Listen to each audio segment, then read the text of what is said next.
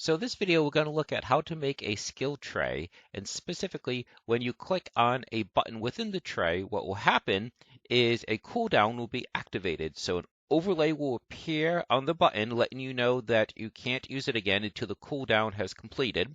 And then that overlay will dissolve in a couple different ways, such as vertically, horizontally, clockwise, counterclockwise. We'll go through a few variations. And then when the overlay completely dissolves, then you can use the ability again. The button will be activated again. So that's what we're going to look at. Now, because this isn't a complete program, obviously there's no skill to trigger.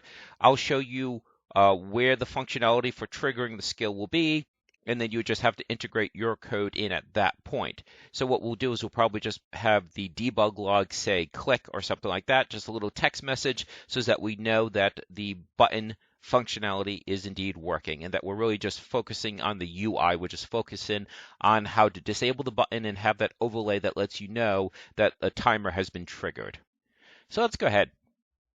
So this all has to be done within the UI. So even though the skill buttons are going to be 2D sprite type images, as you can see down here, the actual Unity object has to be a UI object. So game object, UI, and then button.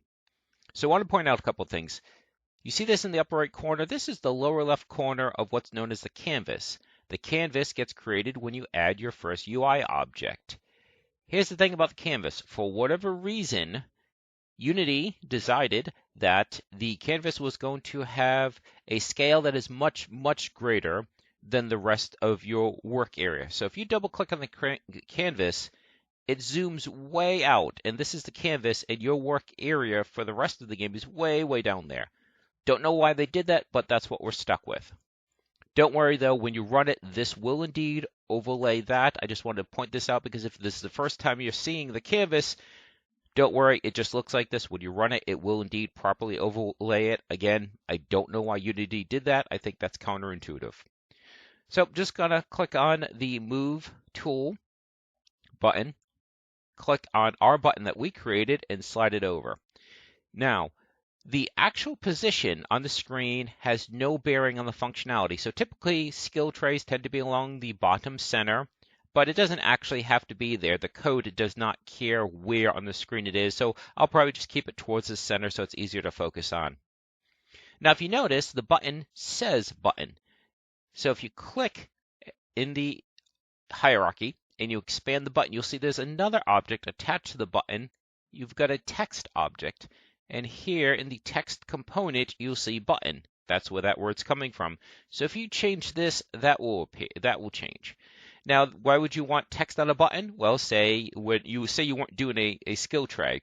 Say you're doing a menu, and so it has new game, load game, save game, options. Your button typically is going to say what clicking on it does. Now, in our case, since it's going to be a skill, it has a visual representation, but you may indeed want to have a text on certain buttons. Now, in the case of the skill, in the upper left corner or lower right or somewhere, you may want to show the key that the skill is bound to.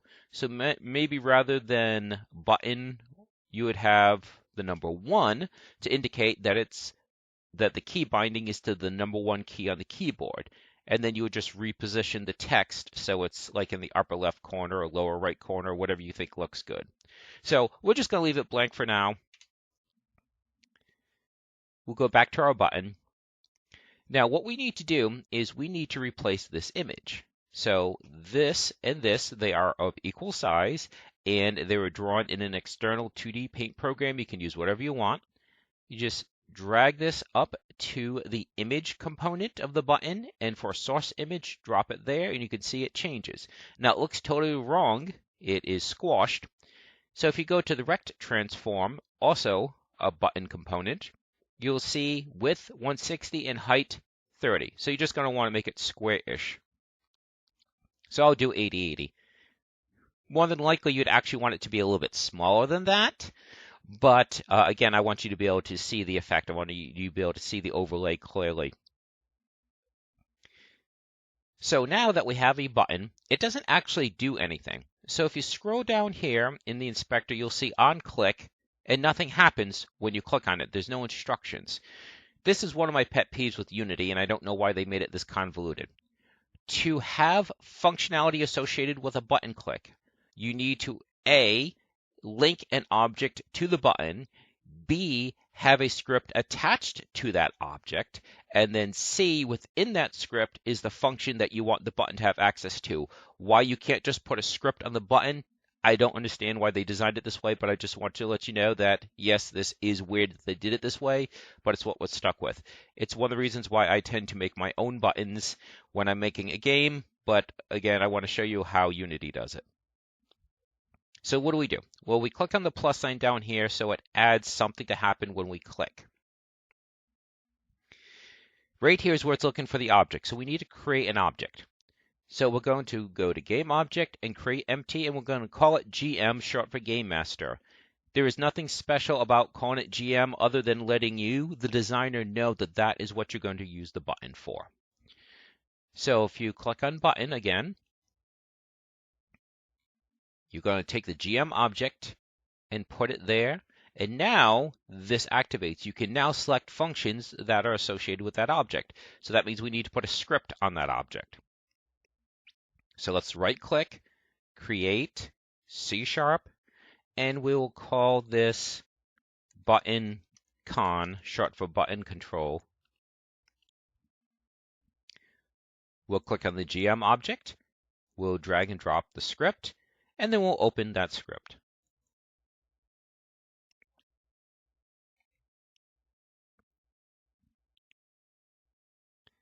Now in this script, outside of start and outside of update, and by that I mean do not put the code here or here between the squiggly brackets, you need to create a new section. And it needs to be public so as that the button will have access to it. So public, void, and you call it whatever you want. We'll call it fire skill.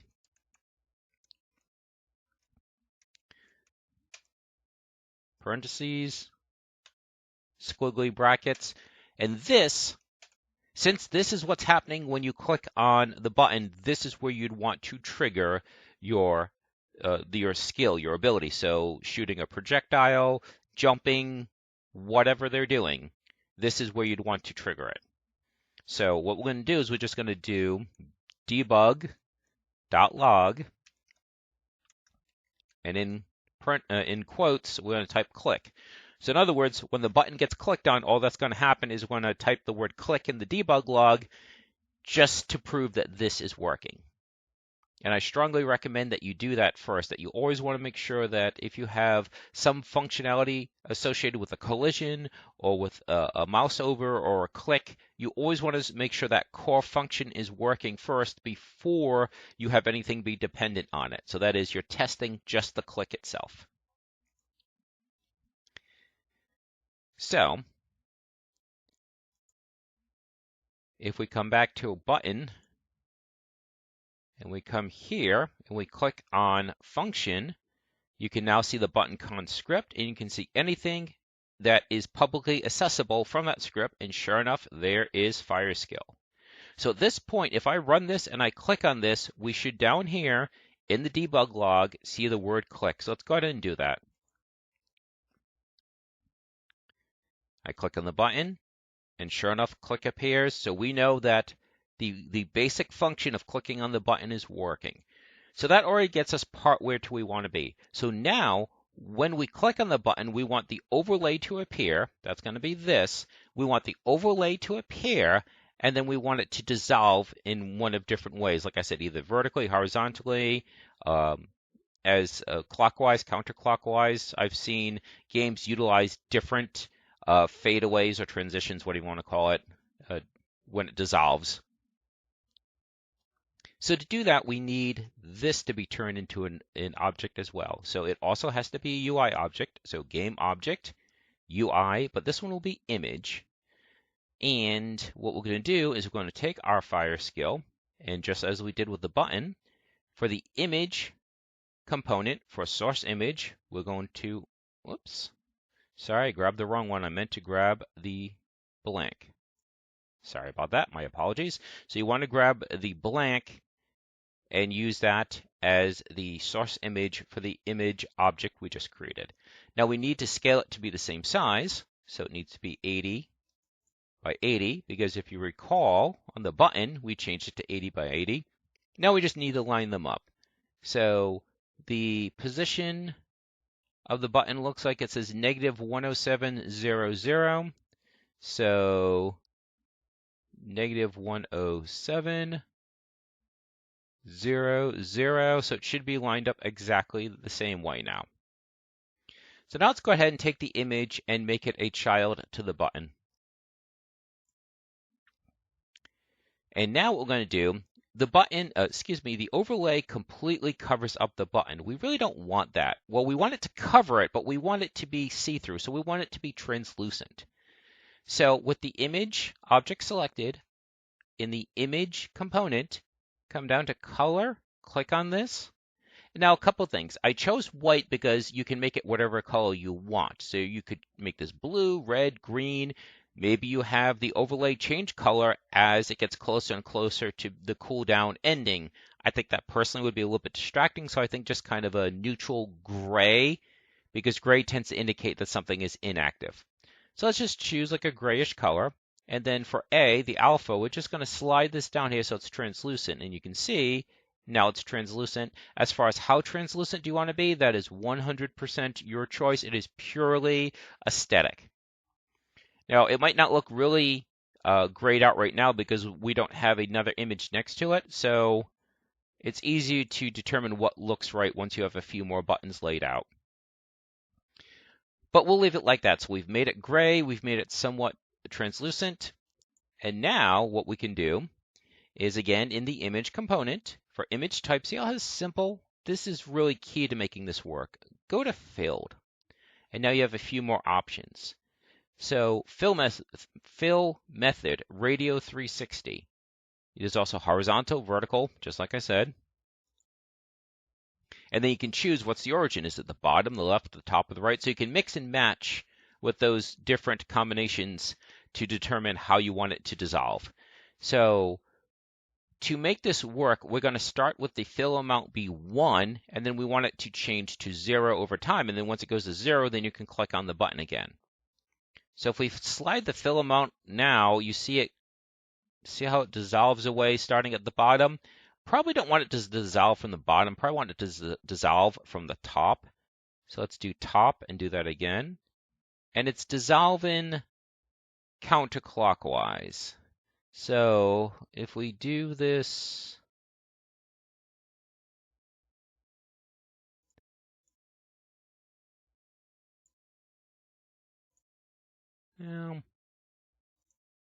let's see if it actually, yeah, we could just undo clockwise, sorry.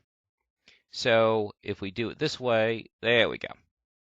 Now the reason why, see the clockwise, we're actually doing counterclockwise, but the reason why it's moving clockwise is because we're doing a dissolve, not a fill. So you're basically doing the opposite of this. We're dissolving it, not filling it. So, okay, so when we want this to appear, we want to be full, fill amount,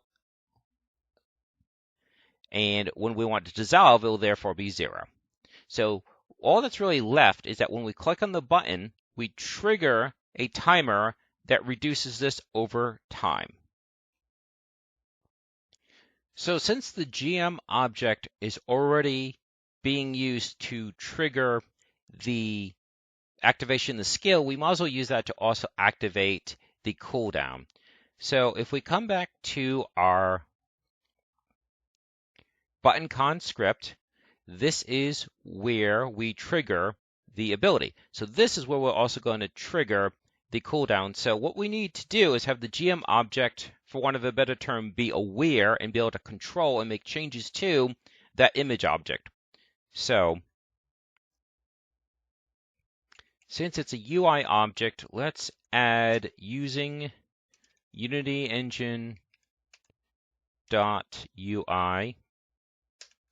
Make sure we have access to the commands we need. And then we're going to do public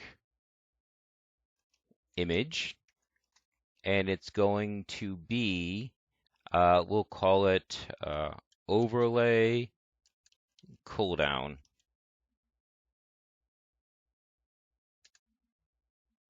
So first you're declaring what kind of object it is, and then you're giving it a name. Let's save that. We come back to Unity, and what's going to happen is when you click on the GM object, there that new variable is. So we take our image object and put it there. And now, like I said, as for want of a better term, the GM object is now aware of the image object and can now make changes to it. So rather than putting the whole timer in first, I'm just going to show you that you can make a change to the object now. So we want to change the fill amount. So since we want to make a change to that overlay cooldown object, oops, that didn't work, sorry. So overlay cooldown dot get component. What component? We said we want to change the image, and it's going to be fill amount, and we're going to set it to 0.5. I believe we have to put an F in there since it is a decimal. So what should happen is when I click on the button, the overlay should change to half. Now, for what it's worth, it shouldn't start fill it in like this. This is just so you can see it changing. See how it's half now? It should also point out that the overlay isn't actually preventing you from clicking on it. The overlay was there, and you were still able to click on it. So that functionality will put in too, that we're going to basically disable and re-enable the button. But what we're going to do next is we're going to apply a timer, and the timer will make this count down over time. So what we're going to do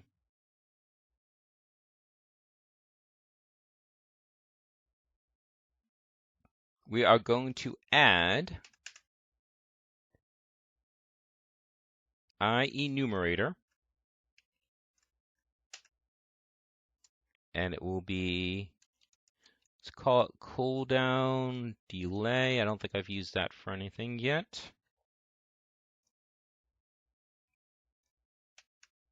And there is a way to do this using while. I'm not going to do it here. I'm going to keep it a little bit simpler. But what we're going to do is I do want to mention that that is out there. So we want to do yield, return,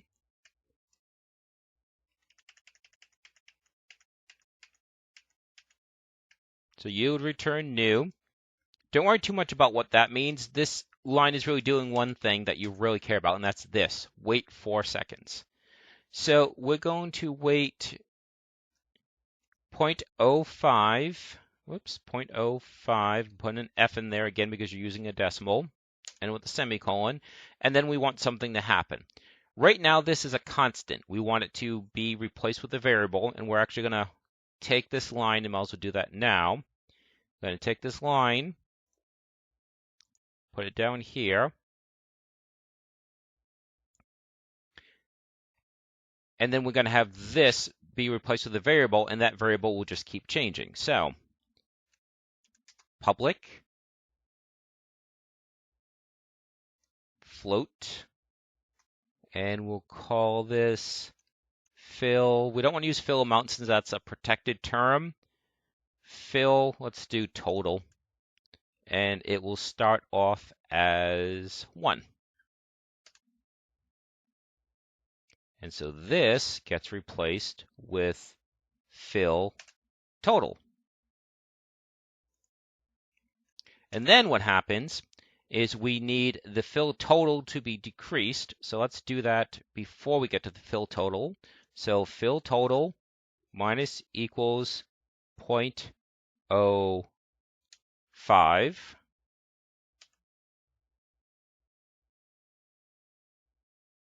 F again, since there's a decimal. And it's just a coincidence that we're using 05 there and 05 there. So this waits 5/100ths of a second. The fill total changes by 0.05, gets applied to the overlay, and then we want to rinse and repeat. So we want to do start coroutine cooldown delay. So it's, I believe the term is auto-recursive, and that is it triggers itself repeatedly. But there's nothing triggering this the first time. So we said that clicking on the fire skill should make this happen. So the same thing. We'll just take this, copy and paste. So I went through that kind of quick, so we'll do a quick summary. So you click on the fire skill button, and then what's going to happen, in addition to displaying the word click, it's going to start this coroutine. In the coroutine, it says wait 5/100ths of a second, change this variable by 0.05, apply that to this, so the fill amount is reduced, and then do it again. And each time it's going to wait that 5/100ths of a second. Now this isn't perfect. There's a few things, because even once this hits 0, it's just going to keep going because there's nothing checking for when it hits 0. So it's not complete yet. I just want to show you how to make the basic animation. So if I didn't forget anything, that's just about what we want for the moment, with one exception, and that is, again, this is starting off completely full. We want it to be not full at all, and then become full 1 after you click on the button and then count down. But again, we'll get there. It's an iterative process.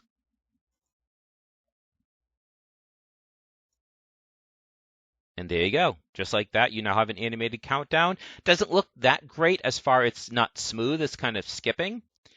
And the key is that you need to have this sequence occur within the amount of time that the cooldown is supposed to occur. So if the cooldown is 1 second, this has to complete in 1 second. If the cooldown is 5 seconds, this has to come down to 5 seconds.